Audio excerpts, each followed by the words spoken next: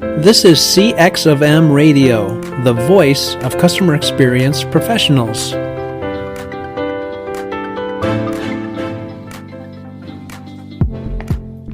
Hello, and welcome to another World of UX podcast. This is your host, Darren Hood. Thanks, everyone, for taking the time to join us on today, and a special welcome, as always, to those of you joining us for the first time. We are returning to our series today where we've been talking about the sinister culture of UX that's at work today. And it's not just in the United States, it is all over the world. The things that are happening in UX today are shocking. They are highly offensive from the perspective that they should not be happening, and they are detrimental to everyone, despite who says they're benefiting right now. Everything that's happening right now in UX was not happening in yesteryear. It wasn't happening at large. It wasn't happening en masse. It is absolutely shocking when I see things myself. I talk to people all over the world. I hear about things that people are experiencing. I see things on social media. I see things popping up in blog posts. And these things, it's amazing. In the midst of this, I sort of kind of diving in here right away with something that's not on my list for today, which is relatively long. So I'm going to move pretty quick today. But there's been a series of blog posts. Different people have been writing blog posts talking about how great things are and how great of a time this is in UX, and how UX is not going through anything devastating. It's actually about to come out on top. It's actually reshaping itself. We're getting ready for the best day ever. It's crazy. And the funny thing is, everything that I'm covering in this series is being denied by the people who are making these claims. And by the way, over 90% of the people who are claiming that great things are happening in UX today have less than 10, 11 years of experience. They all got into UX after 2011, which became the age of misinformation. That's when it began. So the age of misinformation in UX started in 2011, and it just has continued to ramp up. It has never subsided. It has never taken a day off. It is absolutely ridiculous. The misinformation, the unqualified people going into leadership roles, the microwaved UXers who have only been in UX for less than 10 years, sometimes 5, 6, and 7, taking on senior manager roles and scared to death of people who've been doing UX longer than them. So basically, it's funny. It's gonna be interesting to see what happens a few years from now if the same thing occurs, where people who are getting promoted prematurely exercise the same type of discrimination against people who had more experience than them. Because if it happens again, everybody today who is professing themselves to be the seniors and things of that nature, they're going to get shut out. If it happens all over again, I don't think it's going to happen again.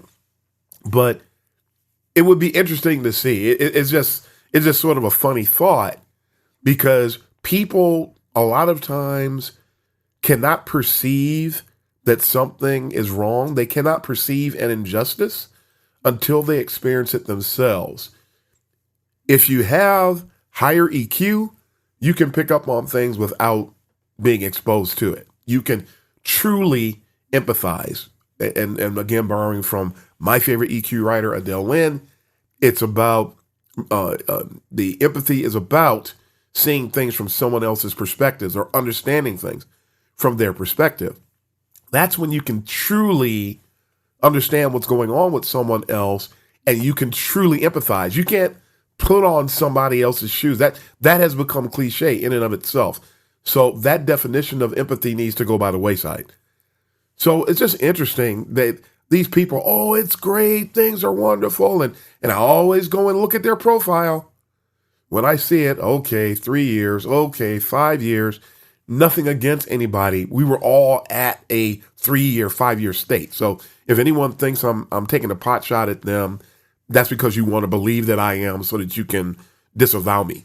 I'm not. I'm stating a fact. And there's way too many people in UX today. Another sinister element. There's way too many people in UX that are truth and fact averse, when truth and facts should be at the core of what we do. How are you presenting reliable and trustworthy data, also known as facts? I mean, that's what you're supposed to be doing with your recommendation, with your point of view decks, with your research. That's what we're supposed to be doing. And you're trying to convince people, isn't it hypocritical to present data but not want to pay attention to data? So we have to make sure that this hypocrisy, another sinister trait that's at work today in UX, this hypocrisy needs to be buried. It needs to be done away with. We are a great discipline. UX is a fantastic discipline. It really renders so many wonderful victories. It helps set the business trajectory on high. It helps us to obtain and maintain and manage competitive advantage, especially when your competition is not executing UX the right way. And there's a ripe opportunity. There's an exit off the freeway, if you will. Do you realize there are so many people today? UX is so backwards, frankly, today, that the companies that do opt into real, pure UX will blow their masquerading competitors out of the water. You want to do something great for your business today? Hire real UX professionals. I am in a state of shock when I see people that I know, people I've been exposed to, people I have watched work, who know their stuff, people who know UX, they're doing real UX. These people are managers, directors, senior directors, and they're being displaced. They're being laid off. They're being let go. And when you look at who survives, it's the posers, the retrofits, and the upstarts. These are the people who are trying to run UX today. People have redefined what it means to be a senior. They have redefined to a great extent, not across the board 100%. They have redefined what it means to be a principal. They have redefined what it means to be a lead. Now you have people who are going into these roles way earlier than they should, way earlier than is possible to bring the value that's equivalent to the role they're going into, which causes misrepresentation of the discipline to the decision makers, to the people who later on think, you know what, these UX people, they're not doing anything. We don't need them. Or they'll say, you know, we don't need them. We don't need this director with 20 years of experience. I know somebody like that. We don't need this other director, the senior director with 20 years of experience. I know somebody like that. We don't need this person over here. We can survive with a manager and with a couple of seniors. We'll be fine if we just do that. So people are being displaced. There are some instances where it would still work in certain organizations. It will still work because some of the people that are surviving are still skilled. It's still really, it's criminal what they're doing to some of these people. But I've seen instances, people with 4 years are running the departments. People with 7 years are directors. I've met people who are seniors and directors and managers and I mean senior directors, not seniors, but senior directors. I've met people and they have practically no experience whatsoever. They're not involved in the community. They don't really even care about the discipline, yet they're in these positions, and they're not in these positions because they earned it. They're not in these positions. Hey, it's just the truth. They're not in these positions because of what they bring to the table. They're basically in the position because they were in the right place at the right time, and they got a check that they're not going to turn down. And you're getting paid. I'm happy for you. I'm happy for your family. But eventually the ship is going the wrong way currently, and the ship eventually needs to be righted. And when the ship gets righted, all the people who are in the wrong place and all the people with the premature promotions, it's going to be difficult when someone is a senior manager or a senior director and they try to go into a position and someone's going to say that they're overqualified because they were a senior manager or a senior director or a director for X amount of time. That's what's going to happen eventually. That's what can happen eventually. And I feel sorry for them in a sense. I mean, if somebody walked in and offered any of us right now X amount of money, you're going to be happy, and it's off the charts and way more than what you ever expected. Yeah, most people are going to take it. But you better consider the long-term ramifications associated with that. Because once you have touched that world, once you have occupied space in that world, it changes how people perceive you when you try to go into other positions. So please keep that in mind and please govern yourselves accordingly, because it's not gonna, there is a lot of potential for that to not play out well for those individuals. Just throwing it out there. But you know what? I just took off and ran today. Let me go through the list. I've already mentioned some of the things that are in my list on today. I will, if I come to something on the list I've already talked about, I'll mention that. We'll just touch on it and we'll move on. But long list today. Let's go. Number 21 on my extensive list. One of the things that is extremely sinister today in the world of UX is hiring expectations are just off base. I just finished talking about that to an extent. The amount of experience, because senior and lead roles have been redefined, I'll explain a little bit more now, touched on it. Now, if you look at a bunch of job postings, I mean, people complain, who are entering UX will complain. They say that they want entry level, but then it says they want 3 years. That's because people don't know how to write job descriptions. If it says entry level, apply. Case closed, move on. And I'm not diminishing it. That's just the truth of it. But consider what I'm about to say in parallel with that. There are people on one hand say they're looking for entry level and they ask for 3 years. There are senior roles, principal roles, lead roles where they say that they want 3, 4, or 5 years of experience. The expectations are inappropriate. There's a complete misappropriation of skill levels. A person cannot achieve true senior status until they've been working in the discipline for at least 8 years, which is why when you see somebody who supposedly, and I have to say it that way because a lot of people lie, when people supposedly have 8 years of experience and now they're a senior manager, something is wrong. And not only is something wrong with that position, something's wrong in that organization. Something is wrong with the leaders because the leaders are setting false expectations. I know people who have been put into some of these premature promotion-oriented positions in an attempt to try to keep the person stable, to try to keep the person from wanting to leave. They're trying to offset attrition by promoting somebody before it's time. And the person, and I know one case, the person, they didn't have any option to turn the promotion down. So yeah, they go ahead and they take it, and they know that they're not eligible for such a thing in general. They know that they're not qualified for what their title says they are, but they go into the position and nobody's thinking, okay, people out and about are going to see this. They're going to see this title on LinkedIn, this person's title.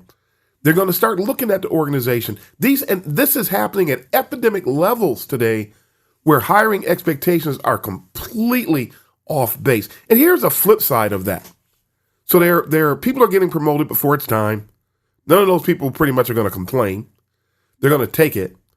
But what happens is when somebody who actually has the qualifications tries to come into that organization, and God forbid to be at the same level, they're going to be rejected for the most part.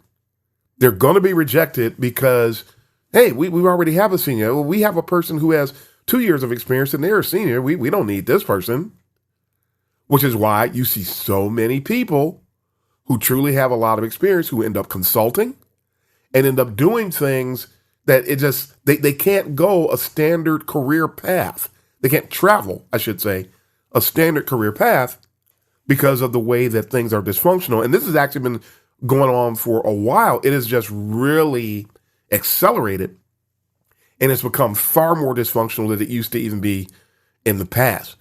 But to make matters even worse, yes, it gets worse. Now you have situations where people are sabotaging the interviews. If a truly senior individual gets an interview at a company where the people who are called upon to do the interviewing, which most people don't know how to do, we've already talked about that. If they're threatened by this individual, they're not going to express that to anybody unless they do maybe to other people who also feel threatened. So the impact on the psyches of the people who are already on the team is rarely, if ever, taken into consideration. So now you have this senior person who comes into an interview. Everybody goes into interviews hopeful. There isn't anybody on the face of the earth that doesn't. Everybody gets excited to some extent when you get called into an interview. And so these things, we don't think about these things. Well, we better. Same goes for me. We have to think about these things because you go into these situations and you have to manage it. Instead of being overly hopeful, you have to recognize it and maybe ask questions that help to diffuse some of the attitudes. Ask questions and present scenarios that help to put certain people at ease. Because if you are a more seasoned practitioner, again, something I alluded to earlier, the newer UXers are claiming we don't get the opportunities, we need somebody to give us a chance, yada, yada, yada. It has flipped.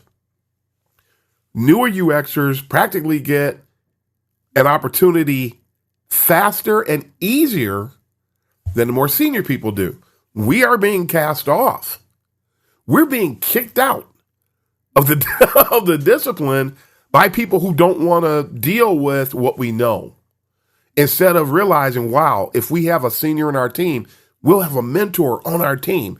If we have a senior in our team, we'll have somebody who's more adept at and more skilled at interacting with leadership and advocating across the organization. If we have a more senior person on our team, we'll have somebody who's in a better position to help manage the maturity level. None of these things are on the radar of the average team. They'd rather get rid of or not even entertain, or as mentioned, sabotage the interview of that individual so they don't have to deal with it. I'm going to share a story with you that I know about where there was a person, a senior person, a person who has a lot of skill and experience, who got an interview with the company. Now, the person didn't get the interview because they applied and they were screened, their application was screened, and the team decided, hey, we need to interview this person. It'd be great to have this person. The only reason that person was interviewed was because the team's director, knew of the individual, respected the individual, and so the director asked the team to interview this person. Okay? Seems to sound generally okay. You already know this is not going to play out well. So the team interviews the person basically to appease the director. They never had any intention on being forthright. They never had any intention on giving this person a fair shot at joining their team. They never had any intention whatsoever to be fair, to be equitable, to truly evaluate what the person was bringing to the table. So they went through the motions and they wanted to be able to say at the end of the day, okay, we interviewed this person like you said. As long as they check that box checking is it's such a terrible and toxic thing, but a lot of people check boxes. That's what they do. They shouldn't, but they do. And in this case, they basically manipulated the director because they interviewed the individual. It was later discovered that they handled that interview differently than other candidates, because the word came, the person who was interviewed was later told that they decided to go with someone else because they explained their research process in a way that resonated better with the team.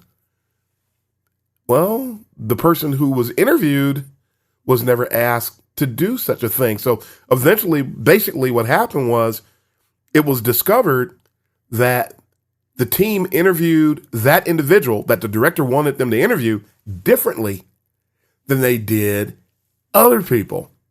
So that's the equivalent of a sabotage. I've had interview sabotage over the course of my career. I've seen it firsthand. People ask, when they want to sabotage an interview, they change their script.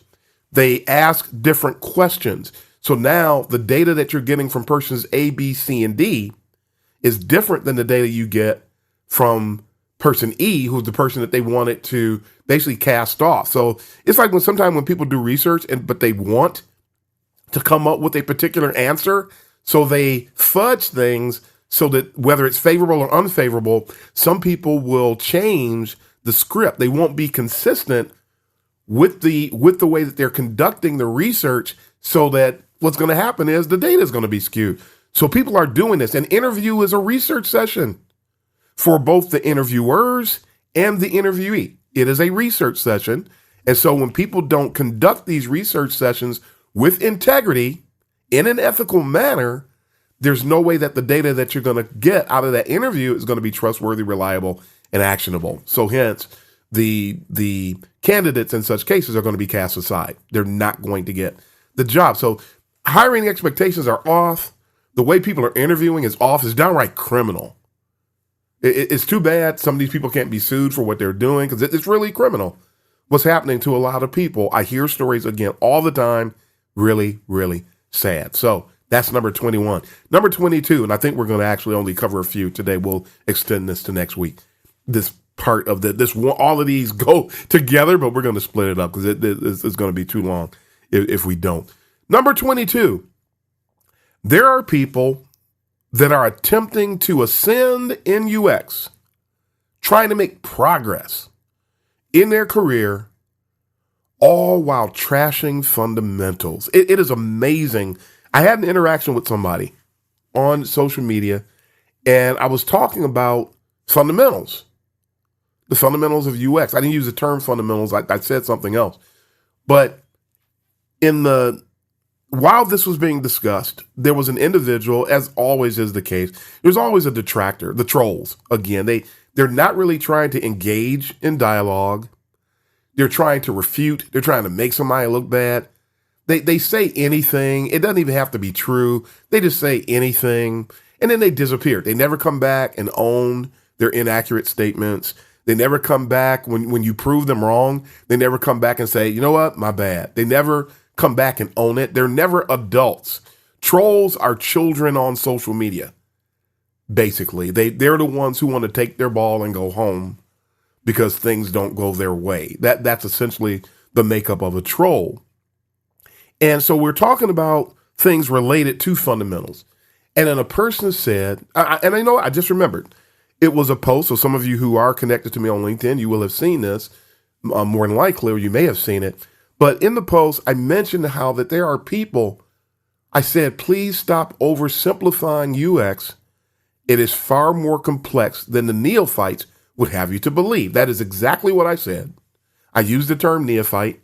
I made reference to oversimplifying UX. And there is a thing called simplification bias, which is something that people who lack expertise, they try to simplify something so they can relate to it, but they basically change what it is. They alter what's being dealt with. This is a documented type of bias.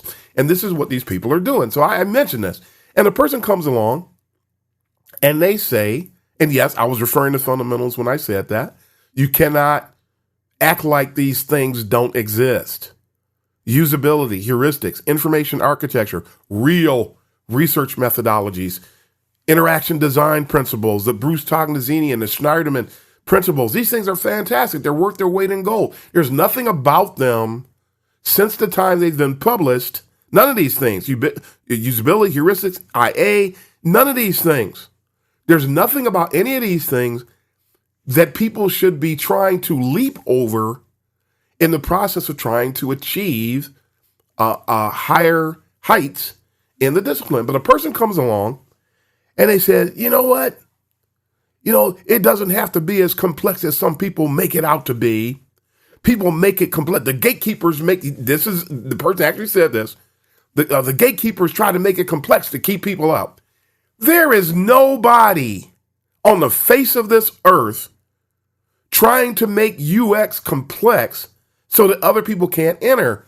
We're trying to educate people about usability. We're trying to educate people about heuristics. We're trying to educate people about information architecture, about real research methodologies, about interaction design principles, which, by the way, all these people who claim to be UI people, UI, UX people, if you don't embrace interaction design principles, your UI is going to stink. It is going to lose your company money, competitive advantage, viability. Interaction design principles are an absolute necessity to follow them. And then refer to these things as the guy said, these are all old school. These aren't old school. They're fundamentals. They're fundamentals. And that's how the word fundamentals came into the exchange, but not only between me and that person, but other people as well. And yeah, I had to eventually block the person because these people get abusive. And people who dish out abuse don't know what it feels like to get abused all the time. So nobody's trying to get on LinkedIn or Twitter or anything for that matter and be subjected to a ton of abuse. It just doesn't make any sense at all. And the person came back to me and they said, I actually changed the post so you could only engage if you were connected to me, because the people connected to me more likely are going to have more respect, more knowledge about my content instead of just saying anything because they have fingers and they can type, which is a ridiculous proposition, but happens all the time. And the person came back to me and they wrote to me and they said, hey, why did you take away my ability to respond to what you said? Because I responded to the person and I mentioned all the things that I just said here. He said, well, that's what LinkedIn is for. It's so we can go back and forth with one another, basically. And I responded, I said, LinkedIn is not for the facilitation of trolling. And I do not waste time on trolls. I already know what a troll is, and I know this person was a troll. So you want me to open up the door for you to come in and subject me to mental and emotional abuse and intellectual abuse? No. We're not doing that. But this person basically was trying to say that we don't need fundamentals. Not just this individual, a lot of people in UX today do not want anyone. They don't care. I did a talk once about heuristics and how it should be the first thing out of our toolbox because it supports us from both a formative and a summative perspective. It can help us in early stages of design, whether it's a new design or a redesign. And it helps us as we progress through a design, and it can help us toward the end. It helps facilitate how we research and what we research. Heuristics are invaluable to the researchers, or to the UXer period, but yeah, to the researcher. And I gave this talk once, and someone loved the talk so much and told me so.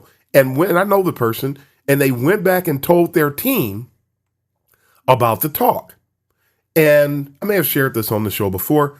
They went back and they told their team about the talk. And when they told their team about the talk, instead of going, wow, that sounds interesting. Where can I learn more? Is the deck online at SlideShare, or what can I do? None of those things happened. These people became incensed, became intellectually violent about the subject, and they just ran roughshod and basically told the person to get lost with what they were presenting and suggesting. So she tried to present heuristics to them, remove me from the equation. She tried to present heuristics to her team, and her team, all of which had very little experience, her team rejected that and then responded with violence. As a result, not physical violence, intellectual, contextual violence, cognitive violence, which is pretty abusive. If you've ever experienced it, then you know what I'm talking about. If not, then you don't know you're hearing this and you're considering it for the first time. It is something that will linger with you for hours, days, weeks, months. It will eat at you, and it's not a good thing. It helps no one, especially the person who's exhibiting the violent behavior. It is sad that people will reject fundamentals.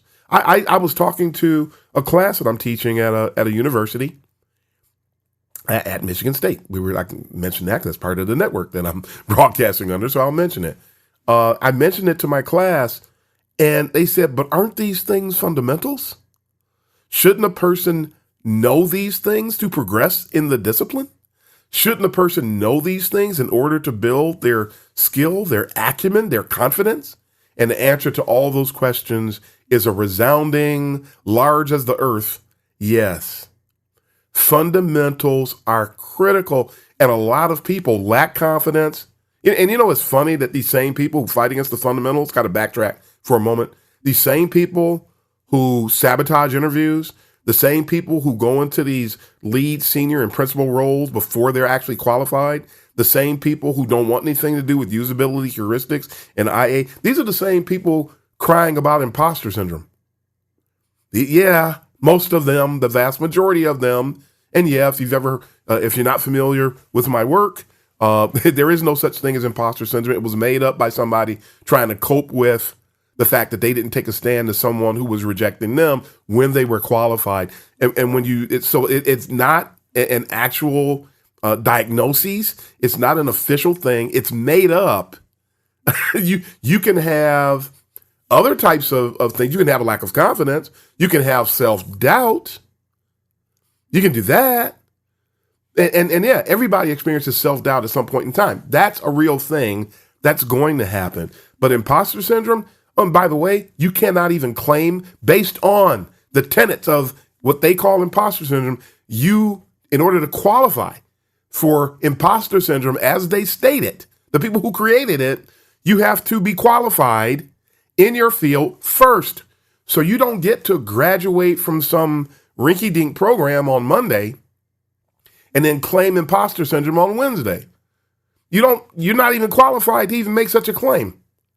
Do you think the people claiming imposter syndrome or pretending that it has viability, that they know this or are sharing this with people? This is part of the Kool-Aid mentality that is running roughshod in UX today, another sinister culture issue in UX today. But at any rate, folks, you know what? I mentioned we're going to have to cut it short today. I want to stop here. So remember, hiring expectations, big problems.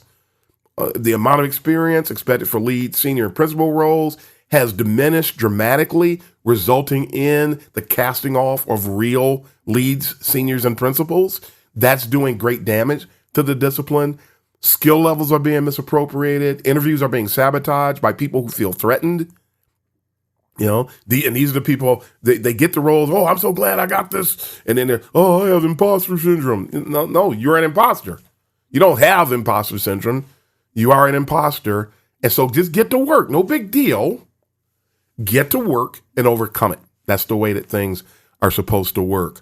So the attempting to ascend while trashing fundamentals, it doesn't work, folks. Without fundamentals, which every discipline on the face of the earth has, the people who are practitioners are falling short of where they need to be to function as full-fledged professionals, viable, actual professionals. So let's just work to overcome these things.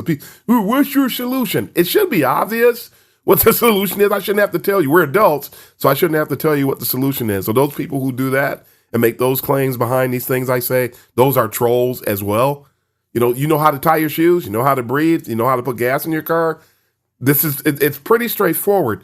Work on your hiring expectations, improve your hiring expectations, work on your fundamentals. If you have trash fundamentals in the past, if you haven't concentrated on them in the past, no problem, no harm, no foul.